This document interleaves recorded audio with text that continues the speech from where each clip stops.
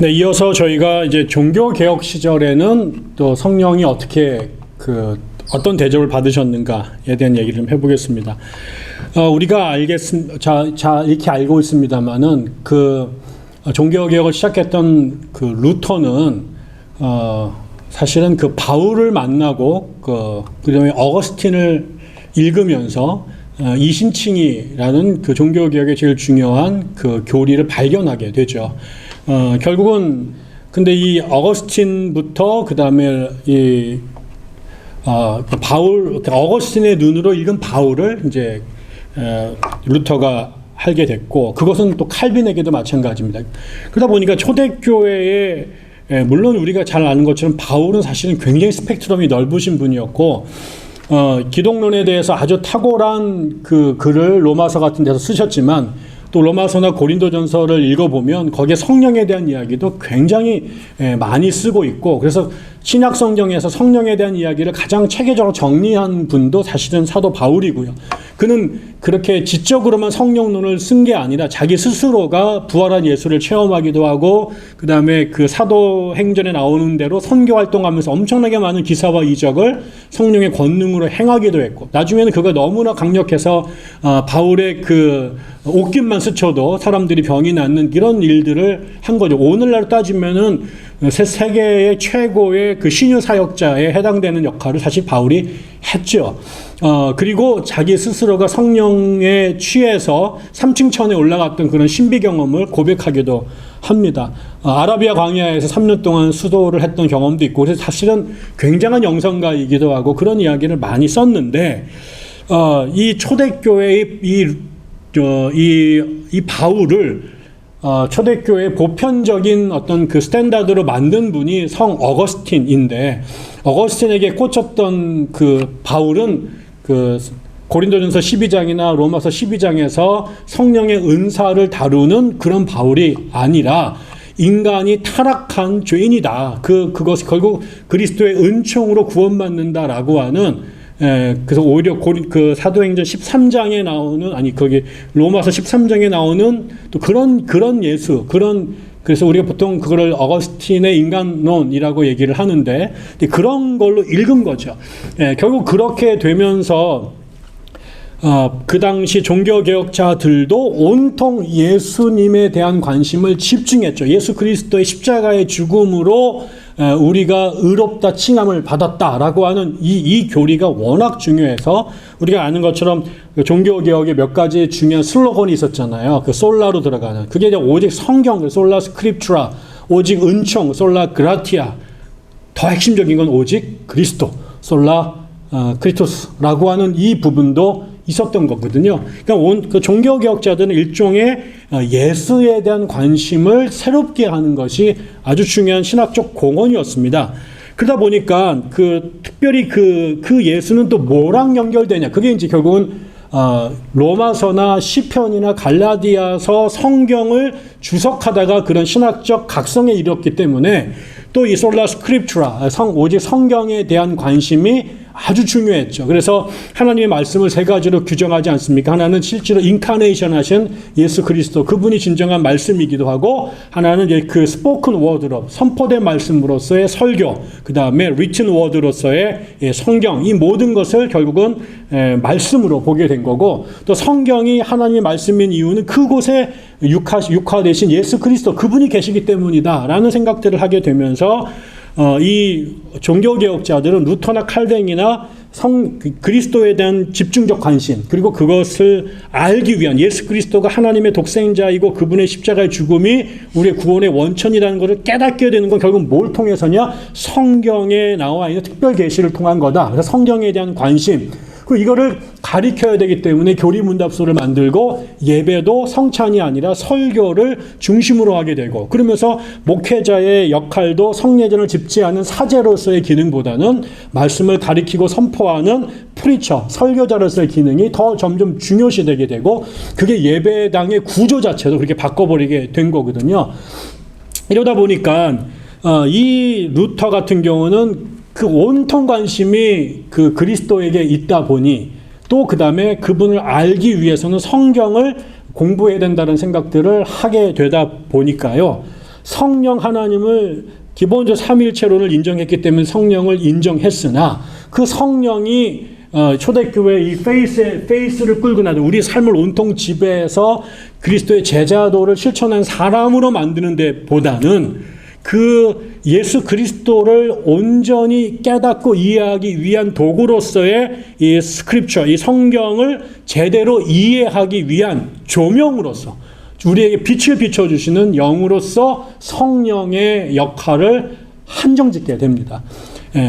그래서 예수에 대한 이야기는 엄청나게 많이 쓰셨지만 사실은 성령에 대한 글은 거의 혹은 성령에 대한 설교는 제대로 충분하게 하지 못했던 거죠. 그리고 그러다 보니까 결국은 아까 제가 초반에 그 제 패커가 얘기했던 것처럼 예수가 무대의 주인공이라면 그 주인공 우리가 바라볼 수 있도록 빛을 비춰주는 그 스포트라이트의 역할이 성령이었다라고 패커가 얘기를 했는데 그거랑 아주 비슷한 얘기를 루터는 한 거죠. 우리가 하나님의 말씀을 깨닫도록 빛을 비춰주는 역할이 성령이시다.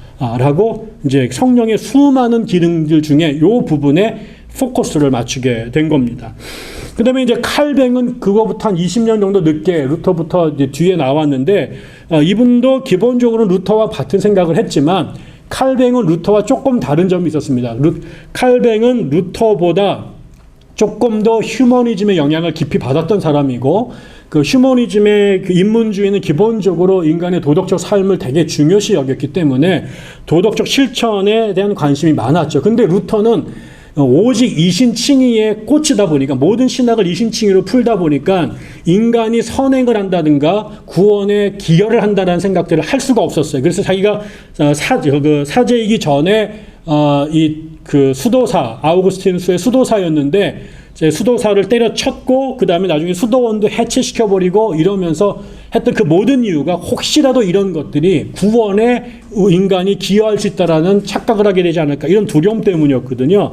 근데 그것에 비해서 칼뱅은 인간의 삶이 예수 그리스도를 믿고 난 다음에 바뀌는 것에 대한 관심이 있었습니다. 그래서 결국은 그의 궁극적 관심은 예수를 단지 지적으로 아는 게 아니라 예수와 성도들이 하나가 되는 일치가 되는 그런 보통 중세에서는 그걸 유니오 미스티카 신비적 합일이라고 얘기를 했는데 그리스도와 교회가 그리스도와 성도가 하나로 이렇게 연합되는 이것에 그의 궁극적 관심을 둔 거죠. 어떻게 하면 우리가 하나님과 하나가 될까? 하나님과 일치되는 존재가 될까? 이러면서 이 사람은 그 칭의와 성화를 구분하게 되고 관심을 칭의에서 성화로 옮겨가는 것에 관심을 둔 거죠. 그러니까 루터는 칭의에만 얘기를 했어요. 우리가 그리스도에 의해서 의롭다 칭함을 받는다. 이게 이제 루터의 궁극적 관심이었는데 그 얘기를 20년 동안 루터가 한 거죠. 그 20년 후에 나오는 칼빈에 있어서는 왜 그 얘기만 하느냐. 그 다음 단계로 가야 되지 않겠느냐. 우리가 법적으로 루터는 simul justus et peccator 인간은 의인이면서 동시에 죄인이야. 이 변질법적 긴장관계는 죽을 때까지 해결할 수 없어 라고 고백을 했단 말이에요. 우리의 본질은 여전히 타락해 있어. 그러나 그리스도의 의를 전가해서 우리에게 덧입혀줘서 우리를 의롭다고 인정해 준 거야. 법적으로. 본질적으로는 그렇지 않아. 이렇게 생각을 했단 말이죠. 근데 칼빈은 no. 우리의 본질 자체가 법적인 신분뿐만 아니라 속사람이 우리가 변화될 수 있는 것 아니냐. 그러면서 이 칭의, 우리가 의롭다 칭함을 받는 것은 그거는 당연히 결정적으로 성자의 역사이다. 그분의 십자가의 죽음이 우리를 의롭다라고 칭하게 하신 거다. 근데 그 다음 스테이지가 있다. 그 다음 스텝이 있는데 그건 우리가 성화인데 이 성화를 가능케 하는 것은 성령이 하시는 일이다. 라는 주장을 하게 된 거죠. 그런 맥락에서 루터의 조명으로서의 성령의 역할보다 한 발 더 나가서 우리의 삶을 거룩하게 변화시키는 성화시키는 역사에 성령을 연결시키면서 성령의 역할이 훨씬 더 이렇게 확장되는 결과를 가져왔습니다. 그런데 이제 이것보다 이 사람들을 우리가 보통 주류 종교 개혁자들이라고 말해요. Magisterial Reformation, 행정 당국과 혹은 정치 권력과 연결돼서 개혁을 제도적 차원에서 진행했던 그룹들인데 여기에 정면으로 반대했던 사람들이 찌빙글리의 후예로 1525년에 스위스에서 출발한 소위 말한 아나베프티스트 제세례파들이 있었습니다. 이 제세례파들은 기본적으로 찌빙글리의 제자들이었기 때문에 찌빙글리는 루터와 동년배였고요.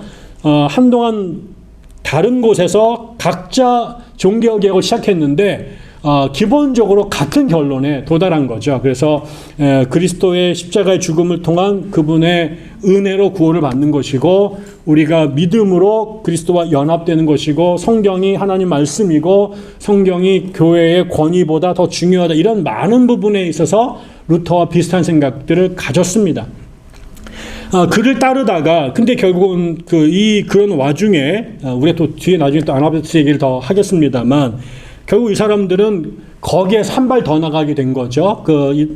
물론 이 아나베프티스트란 말 자체가 세례를 다시 받는다, 두 번 세례를 받았다라는 뜻으로 아나베프티스트를 비판한 사람들이 붙여준 이름인데요.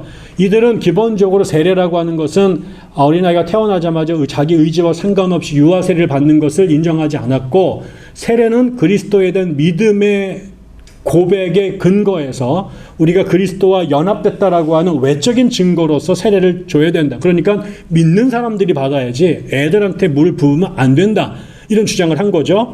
또 하나는 교회와 정치가 분리되어야 된다. 결국은 정치가 국가 권력과 교회가 연결되다 보니까 이 정치 권력자들의 힘에 의해서 교회가 길을 잃어버리는 것이다, 이런 주장도 했었습니다. 그러면서 결국 이 사람들은 한 발 더 나가서 자신들의 신앙의 제일 중요한 것은 단지 예수를 믿어서 우리가 칭함을 받았다라는 정도에서 한 발 더 나가서 많은 부분은 칼빈하고 비슷한 생각이었는데, 그들에게 제일 중요한 것은 예수를 따른다, 결국은 제자도 라고 하는 것이 우리 신자들의 제일 중요한 것 아니겠느냐. 그 출발점이 칭의지, 칭의 자체가 얼티미트 골이 될 수는 없는 것이다. 그래서 이 사람들은 어떻게 하면 예수를 따를 것인가, 그 따르는 것에 대한 목표를 마태복음에 나오는 산상수훈의 가치들, 특히 팔복 이런 것들 거기에 나오죠. 그래서 뭐 오른쪽 뺨을 맞으면 왼쪽 뺨을 돌려대고, 오리를 가자 그러면 십리를 가고, 또 그다음에 의를 위해서 핍박을 받고, 뭐 이런 산상수훈의 가르침을 문자적으로 실천하려고 하는 노력들을 펼쳤습니다. 그러면서 그 당시가 전쟁의 시대였는데, 결국 거기에 나오는 예수의 가르침의 핵심을 그 당시 16세기의 컨텍스트에서 실천할 때 제일 중요한 실천 사항은 두 가지가 있었는데, 하나는 전쟁에, 폭력에 혹은 무기를 사용하지 않는 것이고, 또 하나는 맹세를 하지 않는 것이다 라고 얘기를 했던 거죠. 근데 이거는 이제 그 당시 사람들의 통념으로는 받아들일 수가 없는 길이었기 때문에 엄청나게 두들겨 맞았습니다. 근데 이제 이게 그래서 세례를 근데 요게 이제 스위스 형제단이라고 하는 찌빙글리의 후예들이 처음에 이렇게 탄생이 됐는데요. 이 믿음과 실천이라고 하는 것을 강조하는 생각들이 유럽의 여러 지역에서 동시다발적으로 일어났습니다. 그러다 보니까 아까처럼 유아 세례를 거부한다, 그 다음에 성경의 말씀을 문자적으로 실천한다라는 것에는 동의가 됐는데, 나머지는 온통 강조점이 다른 여러 사람들이 우후죽순 생겨나기 시작했고, 나중에 학자들이 이걸 다 모아서 다 애나베프티스트라고 묶어버린 겁니다. 그러니까 결국은 애나베프티스트 안에는 종말론자와 종말론을 반대하는 자, 거기다가 이제 성령을 무지무지 강조하는 사람과 그걸 또 되게 배관시하는 사람들이 뒤섞여 있는데요. 흥미롭게도 제자도에 대한 강조, 그 다음에 성경에 대한 문자적인 해석, 그 다음에 이 시대의 제도권 교회에 대한 반발, 이런 것들에 영향을 받았던 사람들 중에 성령의 은사를 강하게 추구하는 사람들이 나왔습니다. 그래서 그 당시에 루터나 그 다음에 칼뱅 이런 사람들은 소위 말하면 성령의 열매를 맺는 데 관심이 있었던 거죠. 우리가 정말 사랑과 자비와 양성과 충성, 온유 이런 것도 우리의 내적인 성품이 성숙하는 것에 강조점을 두면서 성화를 강조했다면, 이 아나베프티스트 중에 일군의 사람들, 전부 다가 그런 게 아닙니다. 일군의 사람들이 엄청나게 기도를 열심히 하고 신비적 체험을 갈망하다가 오늘날 은사주의자들이 주장하는 것과 매우 비슷한 방언을 한다든가 입신을 한다든가 귀신에게 쫓아낸다든가 병을 고친다든가 이런 것을 강조하는 그룹들이 아나베프티스트의 일부분으로 출현하게 됐습니다. 그게 또 정통 교회 사람들한테 이것도 몬타누스 비슷한 놈들 또 나타났네 이러면서 욕을 먹고 탄압을 받게 된 사람들이었습니다. 그래서 종교개혁 안에서는 특별히 그 아나베프티스트들 안에서 성령을 강조하는 사람들이 있었다. 그리고 루터나 칼뱅과 아나베프티스트는 성령을 강조하지만 다 다른 이유와 목적을 위해서 성령을 말하기 시작했다라는 겁니다. 이렇게 내려오다가 결국 주류는 루터 칼뱅이 되잖아요. 루터 칼뱅이 되고 카톨릭이 됐는데 카톨릭도 여전히 이런 부분에서 별로 관심이 많이 없었습니다. 그러다가 이제 17세기로 넘어가게 되면 이제 교회사에 중요한 변화가 생겨나기 시작하는데 하나는 이제 청교도고 하나는 이제 경건주의라는 겁니다. 먼저 청교도는 영국에서 그 종교 개혁이 1630년대에 나타납니다.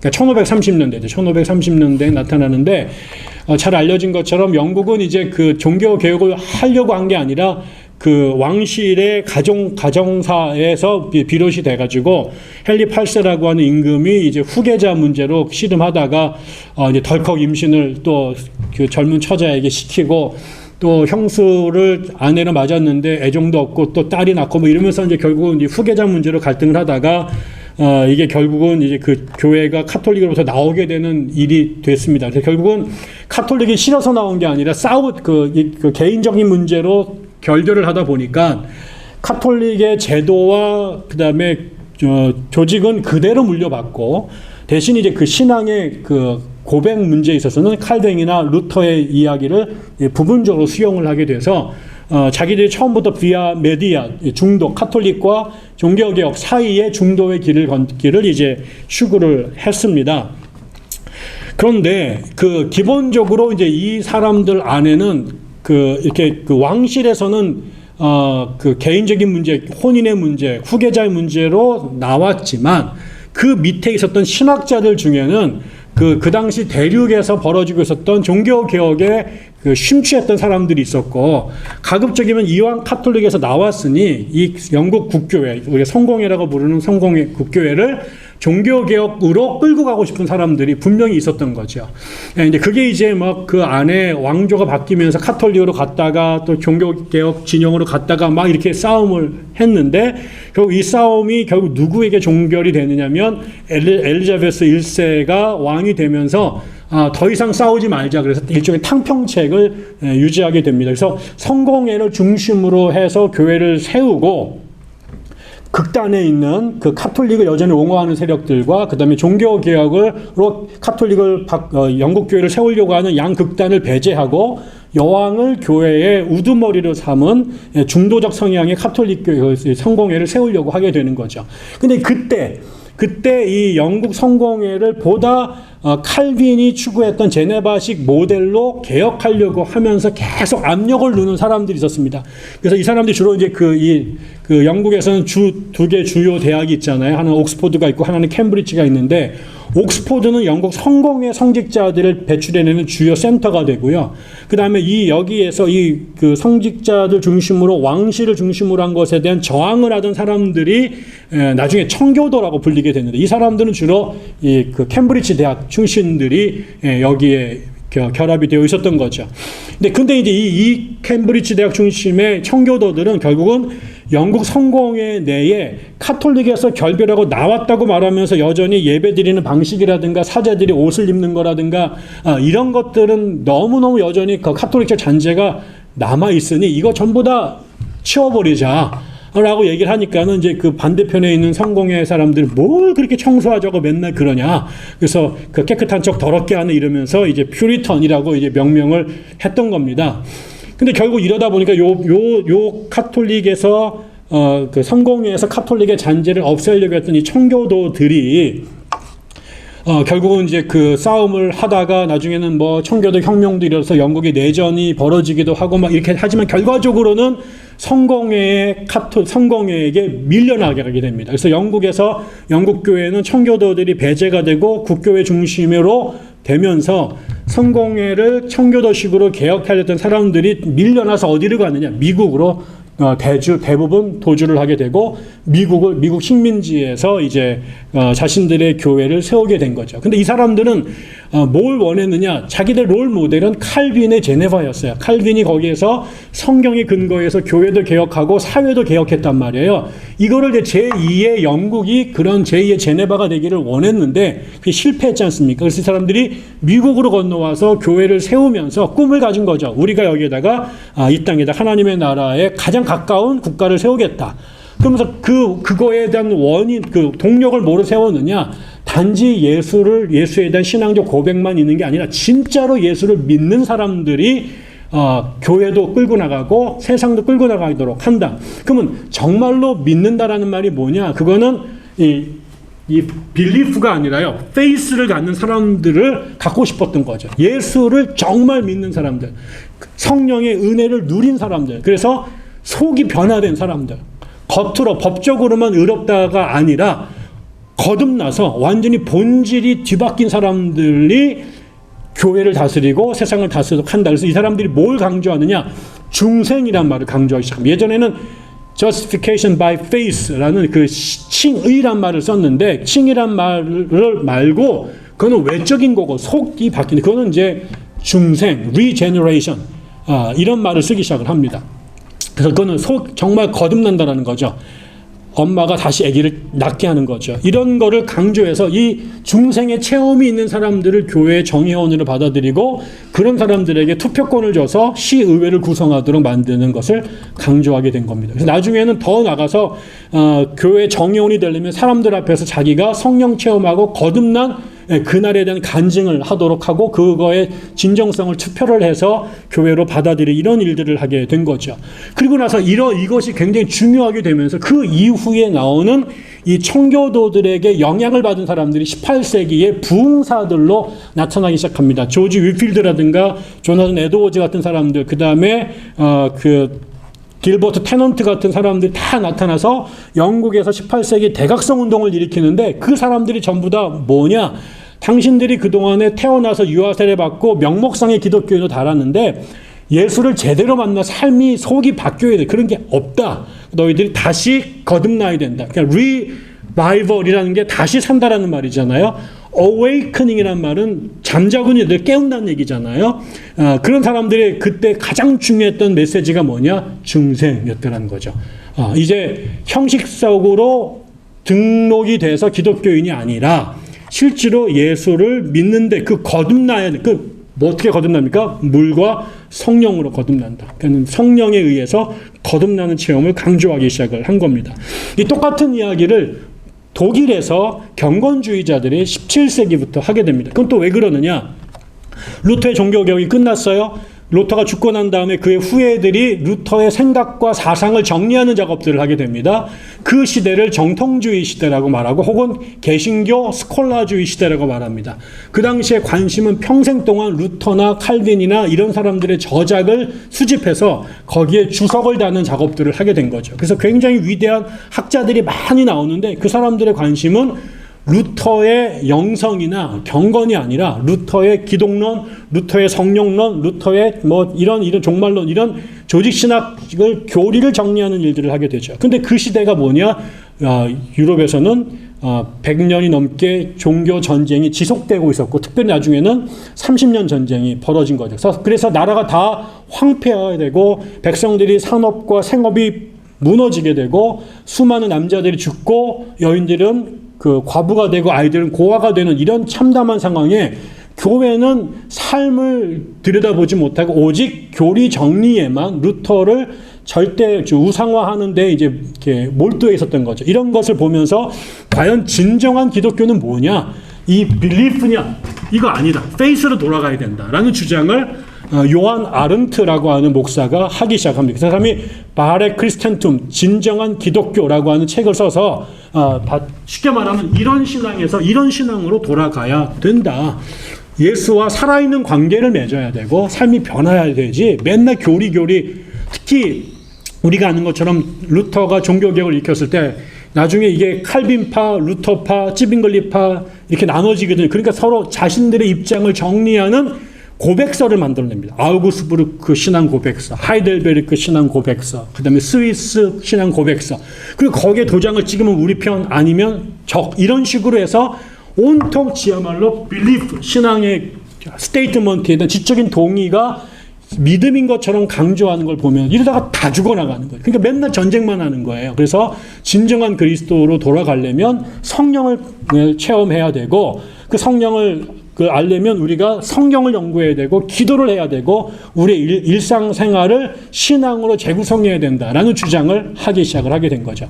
근데 그런 이야기를 이제 수용했던 사람들. 그래서 예배만으로는 신자가 안 되기 때문에 예배 끝나고 나서 소그룹을 모여서 그 컨벤티컬이라고 하는 에클레시아 온라인 에클레시아 교회 안에 또 작은 교회를 세워서 경건 훈련을 해야 된다. 우리가 살아있는 신앙을 해야 된다. 이런 강조점을 하게 된 사람들이 나타난 겁니다. 이게 아주 비슷한 시기죠. 독일에서 그다음에 영국에서 비슷한 시기. 하나는 청교도로, 하나는 경건주의로 서로 그런 비슷한 주장들을 하게 되고 이 사람들이 어디서 만나느냐? 미국에서 같이 만납니다. 미국에서 같이 만나서 그들이 결국 뭘 만들어내냐? 18세기 대각성 운동을 만들어내게 된 거죠. 그러면서 성령의 역할이 드디어 본격적으로 주장을 하게 되는데 그때 이 운동의 양 전통을 계승한 사람이 한 명씩 슈퍼맨이 나옵니다.